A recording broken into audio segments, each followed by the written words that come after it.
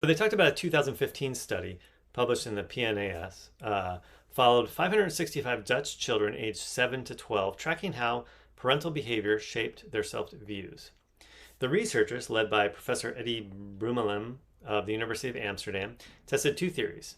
Did narcissism emerge from parents being too cold and unloving, sort of what they call the psychoanalytic view, or from parents overvaluing their child, treating them as more special and entitled than others? They call that the social learning view. And this article says the results were clear. Narcissism was predicted by parental overvaluation, not a lack of warmth. Now, I went to the actual study and I looked through it, and I started to get a little bit, I don't know. Anyway, the point is there's some aspects of it that perhaps a researcher would disagree with me on, but they're a little bit fuzzy around the edges.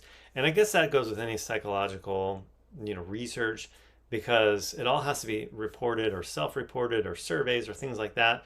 So it immediately becomes a bit unscientific in the sense that if you're, testing how a chemical treats, if like an animal takes a chemical, what happens, that's more analytical. You can measure the amount of chemical, you can measure what happens in their body and so forth. And this always, psychological research always involved some subjectivity. So that was sort of my first red flag with this. It's like, well, okay, so how are they determining the parents giving too much, overvaluing their child or treating them more special and entitled than others?